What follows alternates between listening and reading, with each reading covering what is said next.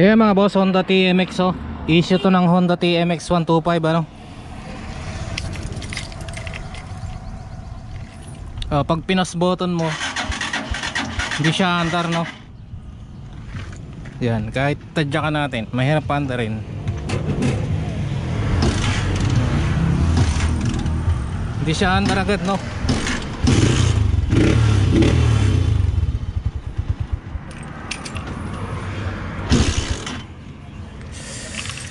May gagawin tayo dito mga boss. Gagawin natin battery operated yung CDI nya para mapaandar siya sa post starter ano mga boss. Kasi ito hindi na niya mapaandar sa post starter. Kasi nga mahina na yung kanyang primary. Ngayon ang gagawin natin, iba battery operated lang natin. Mag-i-start na yan sa post button. So ayan na mga boss, tanggal na natin yung tangke. So ito yung stock nyang CDI no.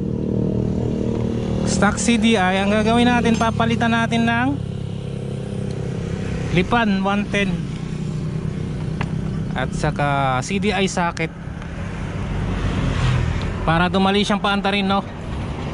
Ganyan, yan lang yung gagawin natin. Ayan mga boss, tanggalan natin yung CDI. So ito yung stock socket no. Ang gagawin natin, itatap lang natin dito para hindi naman natin sisirain yung stock socket no. Itatap lang natin. Ayan, para maging 4 pin siya. Karaniwang sakit kasi to ng TMX 125 mga boss, yung mahirap siyang paantarin. Lalo na pag lumuma na siya ano. So ang nagiging sakit nito mga boss, humihina yung primary kasi primary drive nga tong stock ng TMX no. So ang gagawin natin, i-convert natin into battery operated. Tingnan nyo mamaya, bahagyang pindot lang natin ang post starter, mag-i-start na yun mga boss. Syempre mga boss, babalatan natin yung mga dulo ng socket para ma-i-connect natin dito sa stock socket no.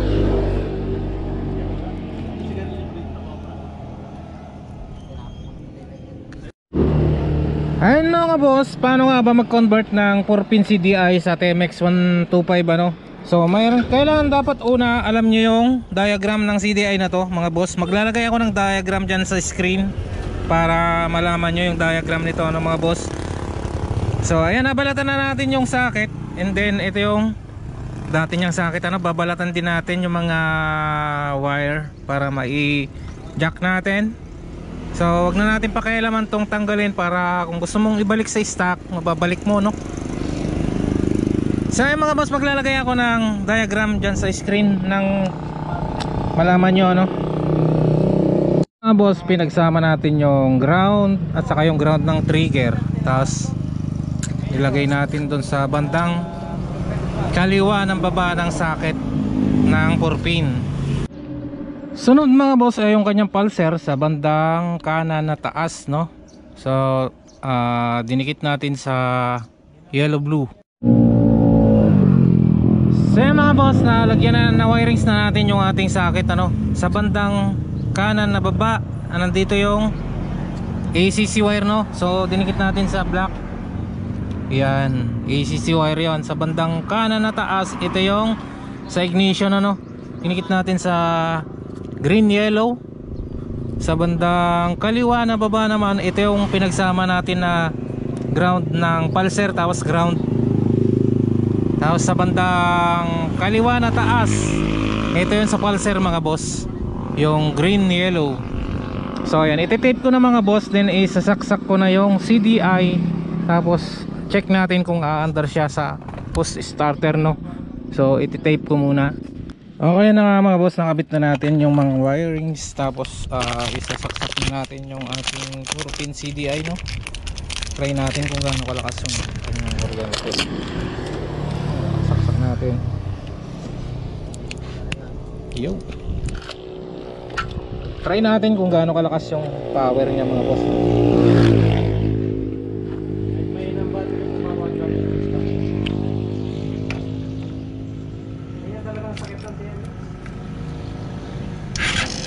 Ayun.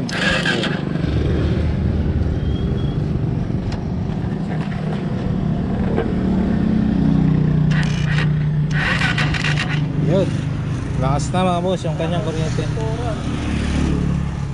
Kanina parang puno lang, ngayon kalahati na lang. Lakas din. So yung mga boss, try natin i-post start ano, mag-aandar nga siya ano. Ayan.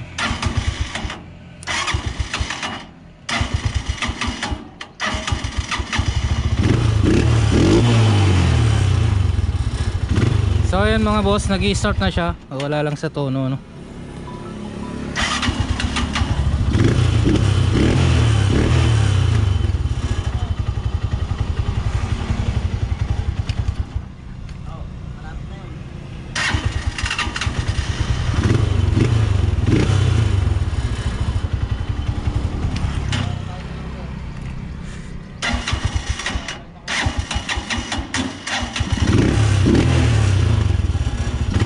Okay mga boss, so nag-start na sa push starter yung ginawa nating motor ano. So yun lang, ginawa natin siyang battery operated kasi yung mga TMX 125 nga mga boss ay humihina nga yung kanyang primary ano mga boss. Kahit sa tadjak madali na rin siyang paandarin sa tadjak no mga boss.